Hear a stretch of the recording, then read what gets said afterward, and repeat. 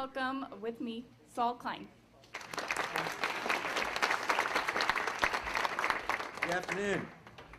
It's great to be back here. I think the last time I was here was like 2001.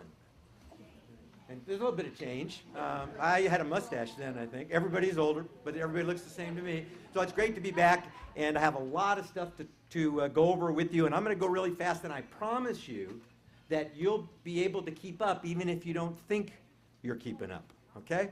So lots to talk about. So we're going to talk about a little tech update just for fun, do some generational marketing, social media, and then what are we going to do to move forward? This is an old slide. This is Moore's Law. If you remember Gordon Moore, one of the founders of Intel, and the statement, and it's true, that the power of the microprocessor will double every 18 months is what he said, and probably cut in half in price. And if you go back and you look at when he said it and what he said and where we are today, he was right. And there's no end in sight for this. And so we can expect computing power to continue to increase, and that's very important.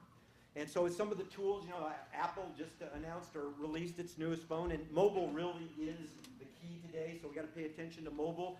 Now, these big, the iPads and the table-size iPads, right? You're going to see more of those. You do your listing presentation on the dining room table. Watches, computer watches coming. This is great. These are gloves that were designed, and if you speak sign language and you can do it, it turns it into audio. Kind of interesting, huh? And you ever go like, call me? That's what that is, right? The microphone down there. Lots of new technology. They have Money 360, peer-to-peer lending. People can loan to one another. This was kind of interesting. This is a site called Claritas. And again, I'll send you information on this. But when we talk about social media today, this breaks it down even further. And it's very important because when we talk about the concepts of generational marketing, we'll find that it's like broken into 4 major groups. But it's really more than 4 groups. And look at how defined this is. To define different groups of people, golden ages, family fortunes, and all this information available to people as you start to determine exactly the audience you're trying to reach and the type of messaging to create and the channels and the modes that you're going to use to reach them, this might be handy to you. And it goes into great detail. Again, free.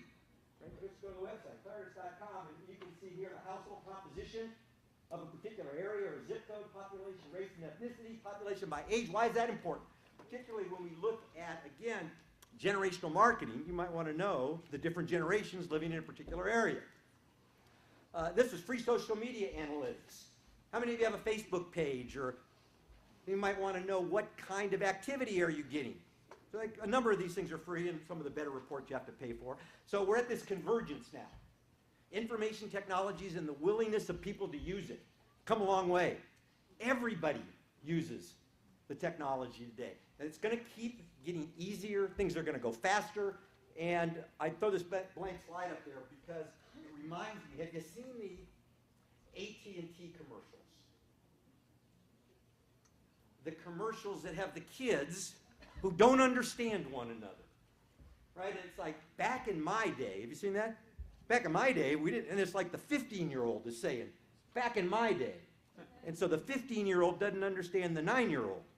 And so that's just more evidence that these things are moving faster and faster, and generations, which are typically 15 to 20 years, are now getting shorter. So real estate, we all know this, but it's very important as we talk about things we're going to talk about today. It's a people business, a relationship business, and a networking business.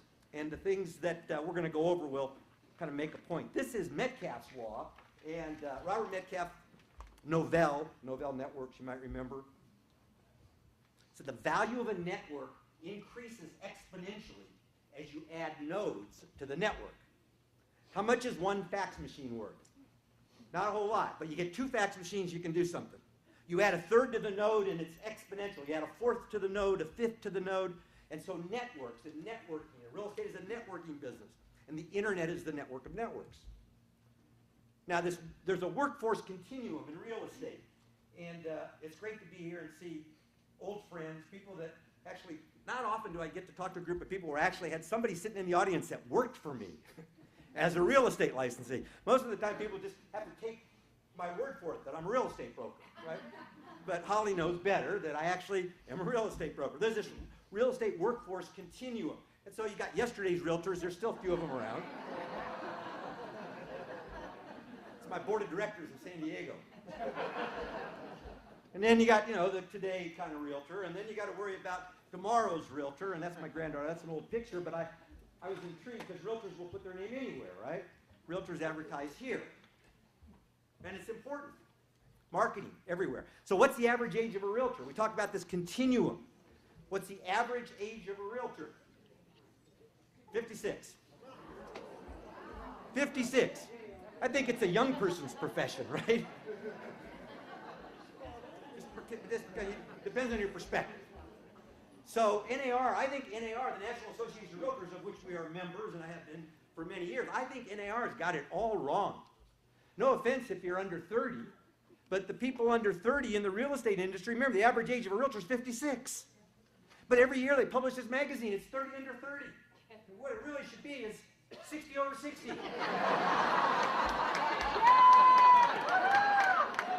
Because those people are stars. So why is the average age of realtors 56? Well, for many people it's a second career. It's a 100% commission-based business. And a little bit more difficult often for younger people to get involved, right? And many people come to real estate with a built-in network. They were school teachers, they were firefighters, they were police, they've done something else and they bring a network with them. Again, back to being a people business, a networking business, and a relationship business, and know this, relationships are built on engagements. And so that's a term that we want to start to pay attention to, engagements. So we build relationships on engagements. Now this is why the average age of a realtor is 56. The number of engagements required to build enough relationships to sustain yourself in a 100% commission business takes about 50 years. Right? I mean, you got to build relationships. And that's because of engagements. But know that the nature of engagements has changed. And so now we have new modalities and new ways to reach people, and we have new types of engagement. And you're familiar with just about all of them. So let's look at them. First one's face-to-face. A lot of people like face-to-face. Matter of fact, we get into cohort marketing or generational marketing, what we'll find is certain generations like face-to-face better than others. So face-to-face is still very effective for certain people. Letters. Remember letters? Matter of fact, I think maybe that's the only way to make sure something is not read by somebody else. Put a stamp on it. Send it in a letter. But people build relationships on letters, don't they? And for years, that's the way you build relationships. My dad used to tell me a story when he joined the Navy. He said, when I joined the Navy, and my dad joined the Navy in 1940. So when I joined the Navy, my father gave me a pen. And he said, write home to your mother every week. And I wrote home to my mother every week. And as I went off to join the Navy, my father gave me a pen. And he said, write home to your mother every week. And I wrote home to my mother every week. Now, often I had nothing to say. But I'd made this promise. So I would write, nothing new, love Saul. Because I had promised that I would do that, right? So have you ever read any love letters from World War II? Amazing that people write and the things that they were able to communicate to one another. So letters, telephone. A lot of people still like the telephone. I pick the telephone up and call. Some people don't like it. Telephone today, you can actually see people, right? FaceTime. If I do that with my wife, she won't answer the phone.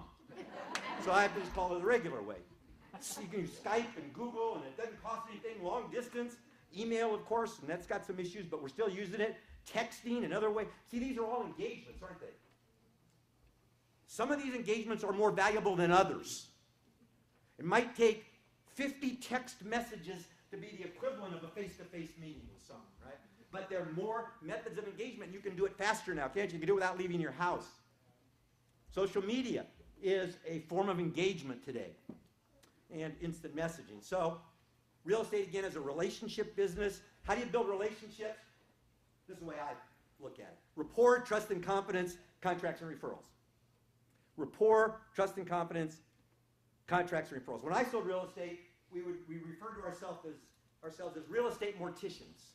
You throw people in the back of the car, drive them around till you're dead. Or they're dead. So things have changed. And so you put a complete stranger in your car, and then you drive them around, and you got to become friends with them. How do you do it? You build rapport. How do you build rapport? You find areas in which you have common interest, and you build on that. And so if I found out someone was in the Navy, I would build on it. If I I found out there was the Naval Academy, that's where I went, I would build on that. And so we would become friends. We'd build rapport. Rapport leads to trust and confidence. There are a number of real simple ways to build trust and confidence. Something like make a promise and keep it. Builds trust and confidence. Demonstrate expertise. Builds trust and confidence. But you got to get here, or you probably won't get here. So rapport to trust and confidence to contracts and referrals. A big piece of this is knowing your customer. And so we're going to talk a little bit about segmenting into generations. So when we look at these generations or cohorts, groups, different members, each holding a unique core values and preferences based upon, I have to warn you, the year they were born. Kind of sounds like a horoscope. You ever read a horoscope? I can read your horoscope, even if you weren't born the same month as me, I'll find things that kind of remind me of me in your horoscope, right?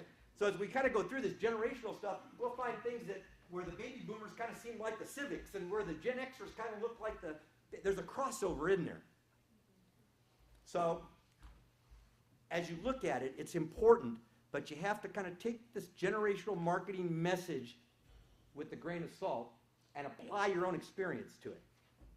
So here's what we look at. Year of birth. The generational influences. Number one, what year were people born? And then you can look at the seminal events that took place in their life, the experiences that they've had, their cultural icons and heroes say a lot about them, and a lot about their values.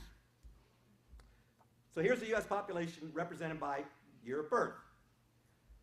And they just kind of go through it. And here's the most important thing on this slide, the numbers of people. How many before 1930? 12 million. 30, 45, 20 million. Now, baby boom. Big group. Gen X, down here, this group, 45 million. Gen Y, big group. So here are the generations typically defined. You can read different books, different articles will kind of break the years up a little differently, but by and large, it pretty much looks like this. There are a number of generations prior to 1945, but I lump them all together. Call them civics. 1901, 1945. Baby boomers, 1946, 1964. Now, we all know the best generation is the baby boom generation, right? You can say that in front of a group of realtors. So I'm just kidding, obviously. Now, here's kind of a funny thing. I had done this presentation a month ago somewhere. I can't remember. I thought, I'm a baby boomer, and then I want to find some famous baby boomer. So I thought, well, really what I want to find is a famous Gen Xer, right? So I thought, maybe the president is a Gen Xer. He looks young enough to me, so I Googled his year of birth. He's a baby boomer, right? But do you think that his side of the baby boom is exactly like my side of the baby boom? And so within that generation, there are differences, aren't there? And there's overlap, and you have to be conscious of that. And so then there's the Gen Xers, 1965, 1981, and then the Gen Ys. So that's how we break them up, and we're going to go through each one of them and kind of define them. Before we do, though, if you haven't seen the 2013 National Association of Realtors Home Buyer and Seller Generational Trends, go to Realtor.org. Type that in. It's free. Right? And then I'll give you an example of the kind of material. Something that might be interesting for you. Among buyers under 32 years of age, 79% are first-time home buyers. See, generational statistics. What do older generations buy? What do younger generations buy? It'd be kind of nice to know that before you go out with a group of people. You know how old they are, because you Google them first. And then you know what type of property they might be interested in. Of course, you're going to talk to them, but it gives you a little background. Know your customer. So we'll talk about the civics. Actually, I told you there are a number of different generations, and if you add them all up, it's about 58 million.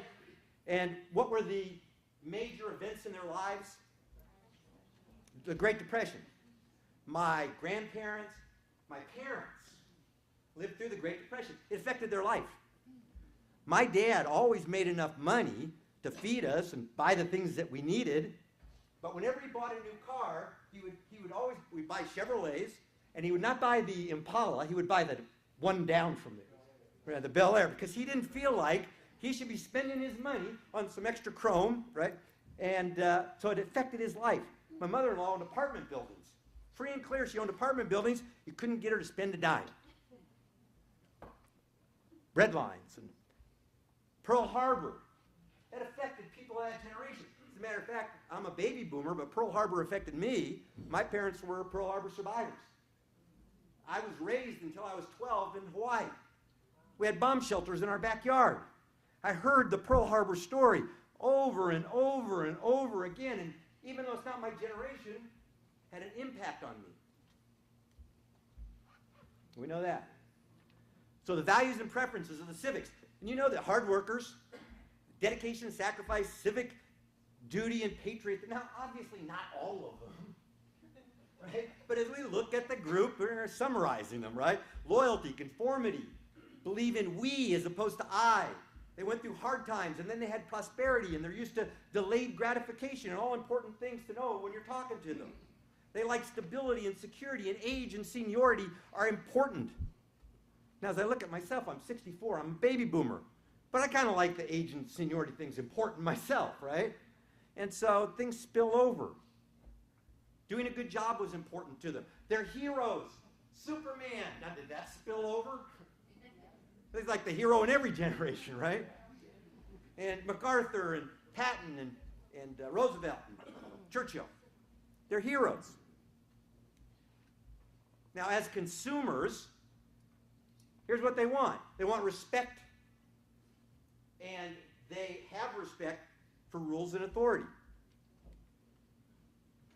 And they don't like to be bothered. If you can take care of it for them, that'd be great.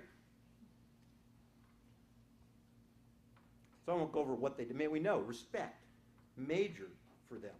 Now the baby boomers, 78 million of them, different events that took place in their life. Kennedy landing on the moon. You remember the day that John Kennedy was shot? Your birthday, you never forget.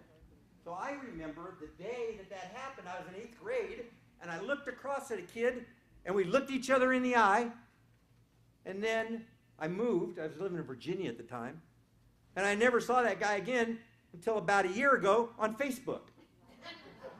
Like this amazing thing, right? All of a sudden we touch base, and we're talking just like we're old friends. As a matter of fact, we're gone by the rapport's over. We're already by the rapport. We're by the trust and confidence. We're friends again, right? It's amazing. Values and preferences. Would you ever believe that a baby boomer would be a workaholic? You know, back in the early days, I never thought it would get to that, right? Optimistic, confident, loyal, resourceful. These are the characteristics. It doesn't read like a horoscope. Or like the Boy Scout, loyal, helpful, friendly, courteous, kind of thing. But important to pay attention. And they had different heroes. Hey, by the way, the athletic heroes were a little bit different in those days, right, than they are today. And you remember Roy Rogers and Dale Evans and Annie Oakley and Superman and the Lone Ranger and Tano and Pancho and Cisco and Sky King. Sky King. And the events that took place, you know, landing on, or John Glenn in orbit, Martin Luther King, these are heroes, right? John F. Kennedy, Jacqueline Kennedy, different people growing up, different periods, different influences, different attitudes, different ideas, different values, different preferences. So these were cultural icons. Kind of interesting, Leave It to Beaver and tie-dye. And Levittown and television sets. And remember the Vietnam War? I remember being 19 years old and being 1A. Remember 1A that meant like you were on your way? I was lucky that I got accepted somewhere else and didn't end up in Vietnam, but that was a major concern for our generation. Woodstock. Remember e-tickets? Now you go to Disneyland, you just buy a book, you just go, right? But back then we had different types of rides. You buy the book, e-ticket became synonymous with a great time, didn't it? You say, oh, that's an e-ticket. So let's look at kind of contrast baby boomers in 1970 and 2013, huh?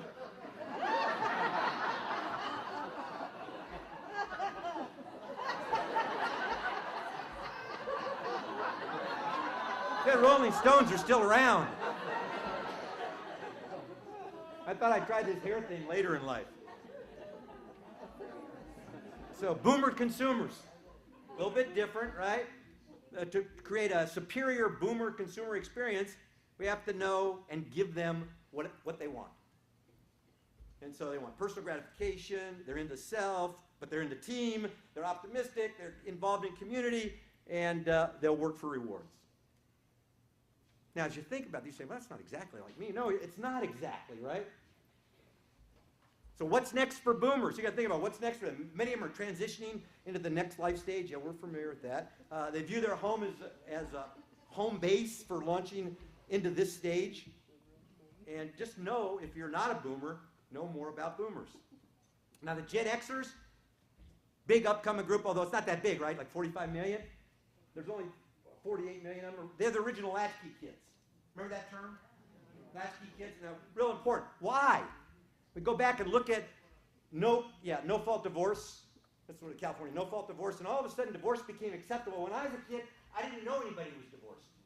True, I didn't know anybody who was divorced. But what happened when these folks were born is divorce became popular. And so you had single parents, and the big sister had to take care of the little brother, and they're used to taking care of things and not being dependent, and guess what? They're not dependent today. And what did they have to deal with? Well, they got to look at this, newer technologies, but they dealt with it. Remember this? Would that make you skeptical if you're a kid? Even worse. See, if you were a Gen Xer, you were a kid, and they were sending the first teacher up into space, they rolled the television sets into every classroom, they get every kid to sit there and watch, and then it blows up. You think you might be skeptical? Oh, I had one of those. MTV, right? This generation was raised, they had MTV. When I was a kid, baby boomers, you remember, we didn't have MTV, we didn't have music videos, we had Ricky Nelson at the end of the Nelsons, right? And then they put him on, he'd play a song, and that was it. And then they got television all day long you can listen to. Look at the music, right? And they had Star Wars and different influences. So they grew up in blended families, they're fiercely independent, they're techno-literate. Work is just a job. Change jobs, right? Work's just a job. They're skeptical, they enjoy autonomy, they're empowered, but they're vocal and consumer-oriented. And they don't have any heroes. Came of age when our national institutions came into question. And so it kind of makes sense, doesn't it, as you kind of go through this, that people raised during different, and that's what generational marketing is all about, just putting people into groups. So we know Xers seeking a sense of family, seeking balance. Again, if you're dealing with Xers, this would be important things for you to know. By the way, if you want any of this material, I'll send it to you. So latchkey then, latchkey now. These are people that think, give them a cup of Starbucks and Google and they can fly the space shuttle. And you think you're going to tell them how to buy a house. Gen Y, these are the millennials, the echo boomer. Now this is big. There's 80 million of these people. You want to know about them. You want to know how to treat them, and you know how to treat them. Because they're special. And they are the me generation. Kind of sound like the baby boomers in a way, huh? And why do they think that? Because we taught them that. So remember the song, when I was a kid there was this song, it was Frere Jacques, Frere Jacques. These kids, they have different words, right? I am special, I am special. Really, that's what they taught them. So they're special and unique. Treat them like they're special and unique. Well, like it, right?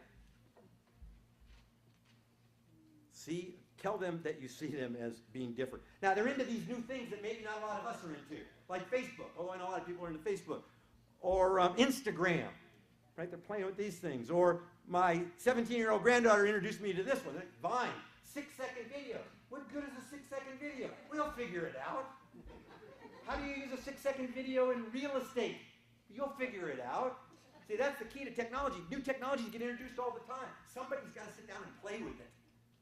And somebody has to sit down and play with it who understands the real estate business and will come up with practical applications for use of this kind of thing in the real estate industry. That's how it works. Okay, what did they have to deal with, right? Yeah, they had the O.J. Glove thing and the Columbine and, yep. and that. And, right? Influence is what they're watching, right? Things that they're seeing influence the way they think. Yeah, we influence the way they think. I influence my granddaughter, so does television. So does the other things influence her, particularly at the age she is now. Their values and preferences, ambitious, confident, now different than techno-literate. These folks are techno-fused. They know everything. Right? Now, I know a little bit about technology, just got to use it all the time, but there's some things when I need to get it done quickly, I ask my granddaughter. Now, there are things I do better than her with technology, right? There's some things she knows how to use the toys better than me. Flexibility. So here's the good news, right? Their heroes are their parents and their grandparents. But there's a little mix here because they have other heroes. Other types of folks. So what kind of consumer? Now here's the point. As you look at these groups, as you segment your audience, what type of marketing messages do you send to these different groups of people? You don't send the same message to everybody. You don't send the same message to everybody down the same channel.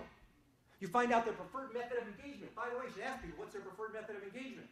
And then as you communicate with them, you communicate with their preferred method. If I want to reach my granddaughter or my daughter, I can call them all day long. They will not answer the phone. But if I send a text message, I get a reply. So powered by technology. So no, these Gen Y, these people are into the technology. So if you can get into the technology, you'll differentiate yourself from the other baby boomers who can't. They're fun and laid back, right? Again, just characteristics of this group of people. This is generational marketing. And so when people talk to you about generational marketing and cohort marketing, what they're talking about is dividing people into groups based on what? The year they were born. Horoscopes. But then you look at the events that took place during those periods of time and the values and the preferences that affect them, and then that'll help you in your ability to communicate and to market to them. So a little bit about Web 2.0 concepts, because we're going to jump now into social media. Social media became possible because the concepts we referred to a couple years ago as Web 2.0. When the web, about 1993, 1994, 1995, first popped up, not the internet, the web, the graphical part, it was read-only. Are you familiar with the term read-only? And so you could go to the web and see stuff, but if you wanted to put something on the web, you had to be a programmer. Or you had to hire a programmer. And then they would put it up on the web. Well, what happened is the technologies on the web got better and better, and so now everybody can put stuff up on the web. The tools are there. And so we call that Web 2.0, the ability to participate, and people do. They participate, and no one is as smart as everyone, so we get great collaboration, great sharing. The web as a platform, so are you familiar with Google and all the things that's a platform in it, where you can get Gmail and all the other services offered through Google. Web is a platform. People now connecting and communicating. It's a conversation. And what you want to do is build social capital. Write this down, social capital and reputation. So now as you look at engagements on the web, because you're going to still engage people out in the real world, but you'll have a great opportunity to engage people on the web. And in doing so, you want to build social capital and reputation. We'll talk a little bit about that. And remember this, it's the community, not the platform. So as you start to participate in communities on the web, don't worry about what happens if this platform goes away. Remember MySpace? Yeah. Well, it's still there, but it was very, very dominant, right? And now Facebook, and so those are platforms. Communities get built on those platforms. If those platforms become less popular, it's okay. People will just take the communities and move somewhere else. So social media. We used to say that in real estate, you want to be in the center of the transaction. Anybody remember that? Right? When we founded the Realtors Information Network back in 1993, and we launched the Realtor.com. That was the buzz phrase. Keep the realtor in the center of the transaction. But it no longer works. What you have to now remember is you have to be in the center of the conversation. The center of the conversation. Because if you wait until the transaction, it's too late. People are talking about real estate every day, aren't they? You got to talk to them about this. Because they're talking about it. And they're talking about it even if they're not interested in buying it. If you look at the statistics from what I will refer to as the property wikis or the big website portals that are out there, the big ones report over 50 million unique visitors a month. Think about that number. 50 million unique visitors a month. How many real estate transactions in the United States are there a year? 5 million. 5 million transactions, and yet these websites tout traffic of 50 million. And what that tells me is most of the people going there are looky-loos. Right? They're interested in looking at, they're not interested in buying now, only a small number.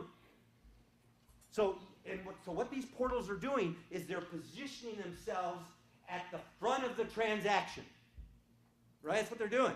And so people are coming in and looking, and most of them aren't buying, but they're getting used to these platforms, and these platforms are becoming the gateway to you.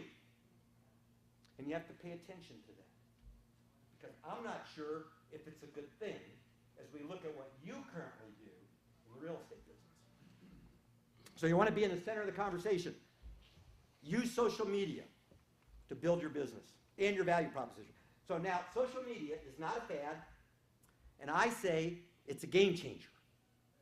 It's probably one of the most important tools available to you right now. And it's a game changer. It's a paradigm shift. Remember Joel Barker wrote the book Future Edge, and he said that when a paradigm shifts, everyone goes back to zero. Your past success guarantees nothing when a paradigm shifts. What is a paradigm? Paradigm is like a set of rules. When the rules change, all bets are off. Right? So when a paradigm shifts, all bets are off. And so now, as a matter of fact, oftentimes your success in conducting business under one paradigm prevents you from seeing how to conduct business under the new paradigm. Social media represents a paradigm shift. So you need a social media strategy if you don't have one already. We start out with, you want people to find you on the web, right? What are you doing so that people can find you? You want to reestablish relationships with people. Just like the kid that I knew in junior high school that I hadn't seen for years, all of a sudden we reestablished, and when we reestablished, we didn't start from the beginning. We started somewhere in the middle of that relationship cycle, didn't we? And so I know somewhere are people that I went to high school with that became brain surgeons that now want to list their house for sale. If only I could reconnect with them. I know that there are people that I went to college with that are retiring in San Diego. But I lost contact with them. You see, if I had contact, we were already by the rapport thing. We don't need to deal with that. We might even already be by the trust and confidence thing. We don't need to deal with that. We start out in a deeper relationship. So what can we do to reestablish relationships? And social media is ready-made for that. We want to build existing relationships and create new ones. And so these are some of the social media tools. If you're not using them, you need to do this. So I actually talk to people and say, I don't have time for that. I don't really have time to do that. I said, when I sold real estate, the thing that took up most of my time was prospecting. And most of the time, I didn't know whether it was paying off or not. I was just hoping that it would.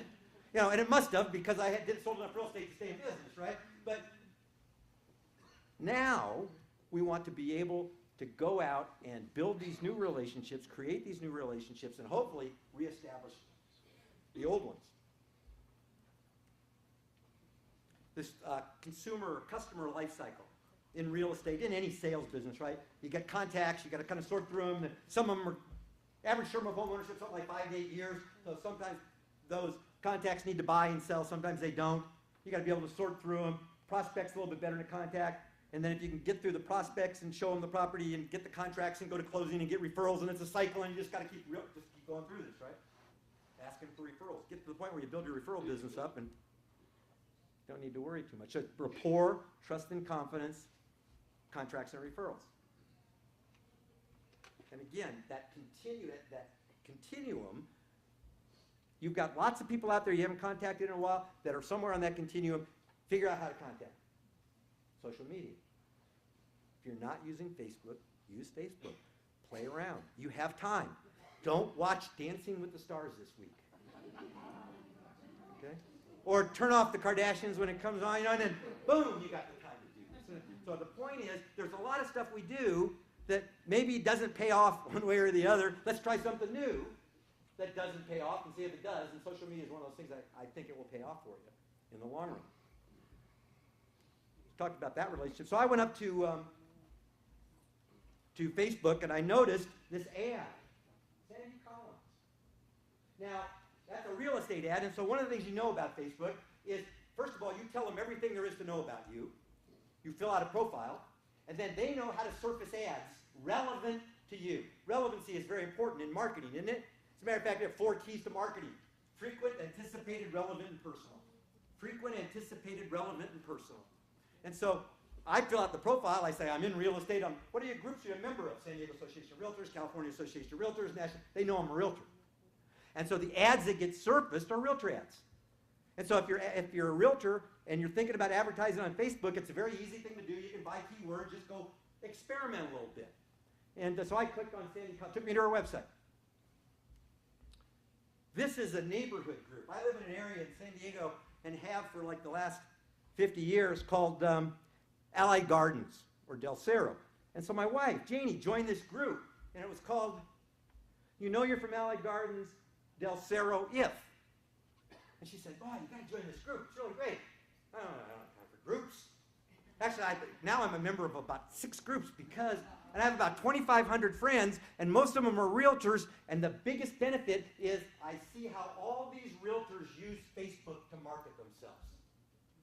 And it's real interesting to me to look at these markets. As I watch it, I'm looking for all the things they're doing to solicit business, using them. So it's great fun for me to use it as a laboratory. Right? I mean, to be able to watch and see how people are using this tool, because social media represents a sociological shift, major shift in the way people engage. And so this is in my group, 1,100 in my neighborhood. How'd you like to have access to 1,100 people living in your farm area? So, Jason, you've got to join on. I'm not going to do that. Finally, I joined. Actually, before I joined, you can see everybody who's a member. And you can go to their profile and you'll learn all about them. So this is a picture. You got I know you outside there, historical photos. So they're historical photos in all the subdivisions in San Diego. This is Highway 8, when it was like 2 lanes on each side. And this is Allied, this is about 1954. This is Allied Gardens. The homes up there at that time were about $8,000, brand new. And about $500,000 now. So this guy posts this picture and then says, behind the sign, between the 2 power poles is the water pumping station and the operator house. Mike Martinez's dad operated it for years. Now, I hadn't thought about this since I graduated from high school, but I used to drive this kid, Mike Martinez, home from school. And I would drop him off at this pumping station. And so it prompted me to post because I wanted to say something about. And as I'm doing that, I'm thinking, if I were selling real estate today and I lived in this neighborhood, I would be going up there posting historical pictures and talking about them and demonstrating expertise about the neighborhood because all these people will see it and they'll all make comments about it. And you say, is there a group in my area? So last night I went up and I just searched on, you're from Bend. And then I got all these groups. So there are people. Now, if there's no group in your neighborhood, you start one. And then start to get people to participate, and you can do it offline or online to get them to participate. Here's another one. You're from South Bend. Not South Bend, Indiana, I don't think. So this is where you kind of go into the back. And I was doing some playing around in the back end of Facebook. All of a sudden, this Naval Academy crest pops up. Now, I went to the Naval Academy. I have a special. Anybody went to the Naval Academy? That we instantly have rapport, and there's a special trust and confidence. It doesn't matter if they graduated 20 years before me or 20 years after me. There's this special trust and confidence. So here's this. Obviously, I clicked on it. He's a realtor, right? It took me to his website. Now, I'm not sure if I would buy real estate from this guy or not, but it got me to click. It got visibility. It got exposure, and that's the beginning of the marketing, right? So and there's another one, Excel Realtors. Click on that one, click me to their website. So you know that realtors are using this type of thing today. They're using social media. Now here's something else. If you think you're behind, you're not. Because as I look at everybody using social media today, if I had to take an average of where they are, I would say they're all in about 3rd grade. Now, no offense. All that means is there's a lot to learn. And if you notice, you go on some of these sites, and you notice that people act in a way that you would never act if you were in public. You ever notice that? They just haven't learned yet. And it'll take time as people learn how to socialize in this kind of environment. So you're not behind, and it's easy to catch up and go beyond. So you need a social media strategy. You want to be found, reestablish relationships, create new relationships. Join, if you're not already, some of these things and start to observe how other people are using the tools. Here's some action items for you. You need a social media plan if you don't have one already. I always tell people, go back through the files. If you had people in your office that have left and are no longer with the company, ask your broker if you can kind of review the files. There's probably a lot of business in those old files, right? Create your plans and then execute on your plans, right? And we'll talk about the plans in a second. You also need to measure. A lot of times people create a plan, they don't measure the results. Right? Really, as I look at all the portals out there today, and people spending all the money advertising on all the portals, and I say, are you getting any deals from it? They say, we're not sure. Here's something else. Everybody plans, like in December, for the next year. Create multi-year plans. Right? Create a multi-year plan, a 5-year plan, and give them titles. It works like an example. The rest of 2013 is going to be preparation for 2014. Actually, in my case, that's exactly what it is. We're getting ready for 2014. 2014, we're going to execute on a major strategy. 2015, we're going to throw some more money behind it. We're going to accelerate on that strategy. And in 2016, we'll have achieved actualization, and everybody will probably retire. I don't know if that's true.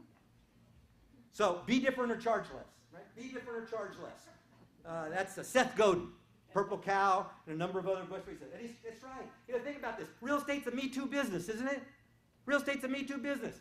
Most of the things you do to sell real estate, everybody does to sell real estate. As a matter of fact, in our minds, and in buyers and sellers' minds, they know what it takes to sell real estate. Put up a sign, put it in the MLS, put a lockbox on it, and run an ad. I mean, think about it, right? How many people do those kinds of things? What do you do different than that? That's the expectation. That's what everybody does. If you do what everybody does, then to differentiate yourself, you've got the other choice. So today, what's your biggest competitive advantage? You, individually, in the real estate business, what's your biggest competitive advantage? I think it's your knowledge and your ability to reach people. And there are new tools that will help you reach people. But just reaching them is not good enough. You have to know what language to speak. And that's where the generational marketing comes in. So I'm down to the end so I can take some questions. And if you want to contact me by email and get any of the information or ask any questions, that's my email address. And if you want to go to Realtown, if you go to realtown.com, or if you go to Facebook, we have a site there. It's a real estate site. And we also have a group of about 200 realtors that are communicating on Facebook. So if you go to Facebook, type in Realtown Real Talk, and you can join that group. And it's an amazing group of people who have been participating with one another on other platforms for the last 20 years. So they're very adept at communicating on platforms. A great group to join. So I think we've been able to rush through as much of that information as we can. Actually, I'm down to the last slide, so we can take questions if you have any. Yes? If there's research to show, does each generation choose a realtor that is roughly their same age group? I haven't seen any research on that. That'd be something that'd be kind of fun to do a poll and to kind of see. In your own experience, what do you see? I mean, and the question was, do Gen Xers tend to use a Gen X realtor? Right? The Gen Ys tend to use a Gen Y realtor. Do baby boomers tend to use a baby boomer? And I've not seen any studies on that. And I would say it probably depends on who can best build rapport with them, regardless of the generation. I noticed on the baby boomers you went down, and it's been a change to take it down to, or to take it out to 1946, 1964. 64. I have a sister who's 62, and she just goes apoplectic if she's put in with a baby boomer. She goes, I am not a baby boomer. So again, as what I mentioned is that it depends on what you read, but probably the most consistent baby boomer numbers you'll see, 1946 to 1964. The most consistent. And the reason I know it's the most consistent, I see it everywhere, it's the easiest to remember. Well, yeah, but it does, there's a vast difference. Oh, yeah, there